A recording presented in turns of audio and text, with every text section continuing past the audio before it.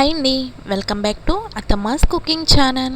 ఈరోజు మన ఛానల్లో వచ్చేసి పప్పు ఆనపకాయ కర్రీ ఎలా వండుకోవాలన్నది చూసేద్దామా.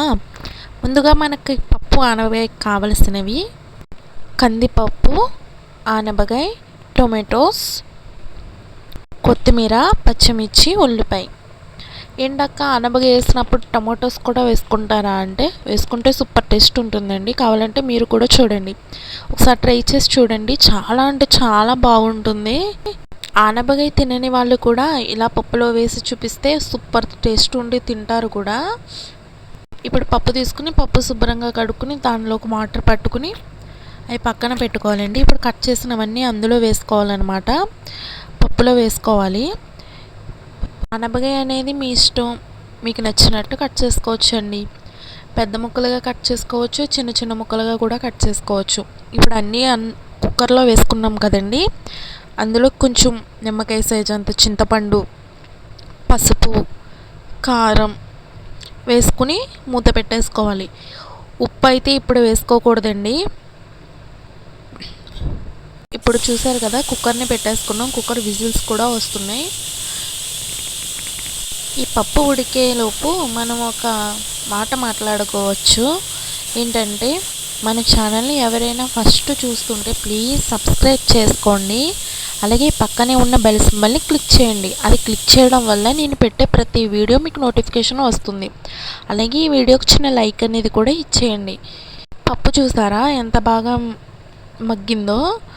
ఒకసారి తిప్పుకుని ఇప్పుడైతే ఉప్పు అనేది వేసుకోవాలండి. ఫస్ట్లో ఉప్పు అనేది అసలు యాడ్ చేయకూడదు. ఇప్పుడు సరిపడా ఉప్పు వేసుకుని పక్కన గ్యాస్ పైన ఒక బాండీ పెట్టుకోవాలి. బాండీ పెట్టుకుని ఆయిల్ వేసుకోవాలన్నమాట. ఆయిల్ మరిగిన తర్వాత మనకి తాలింపు సామాను ఉంటాయి కదండి, అవన్నీ వేసుకోవాలి. ఇది మా పోపుల డబ్బా. మా పోపుల డబ్బా ఎలా ఉందో చెప్పండి. ఫస్ట్ అయితే మెంతులు వేసుకున్నాం, తర్వాత ఆవాలు వేసుకోవాలి. ఆవాలు అనేవి నూనెలో వేసిన తర్వాత వైట్ కలర్ వచ్చే వరకు చూసి, వైట్ కలర్ వచ్చినాయి అంటే అవి వేగినట్టండి, చేదు కూడా ఉండవు అవి. ఆవాలు, జీలకర్ర, మెంతులు, ఎండుమిర్చి ఇవి వేసుకున్నాం కదండి. ఇప్పుడు ఎల్లుల్లిపాయ కూడా యాడ్ చేసుకోవాలి. ఎల్లుల్లిపాయ అనేది చితక్కొట్టుకుని వేసుకోవాలండి, లేకపోతే ఎల్లుల్లిపాయ పేలుతుంది అనమాట. ఇప్పుడు ఇవి బాగా వేగించుకున్న తర్వాత కరివేపాకు, కొత్తిమీర కూడా యాడ్ చేసుకోవాలండి. ఈ ఆనపకాయ పప్పు ఎంతమందికి తెలుసో ఒకసారి కామెంట్ సెక్షన్లో కామెంట్ చేయండి. ఇదైతే చాలా అంటే చాలా టేస్ట్ ఉంటుందన్నమాట. కొత్తిమీర, కరివేపాకు వేసిన తర్వాత ఒకసారి ఫ్రై చేసుకోవాలండి. ఇది కూడా బాగా ఫ్రై అయిన తర్వాత ఇంగువ అనేది కూడా యాడ్ చేసుకోవచ్చు. అది మీకు నచ్చితే యాడ్ చేసుకోవచ్చు, లేకపోతే లేదు. ఇప్పుడు కుక్కర్లో ఉన్న పప్పునైతే తీసుకొచ్చి పోపులో వేసేసుకోవడమే. ఇది ఇప్పుడు పోపు మొత్తం కలిసేలా బాగా కలుపుకోవాలండి.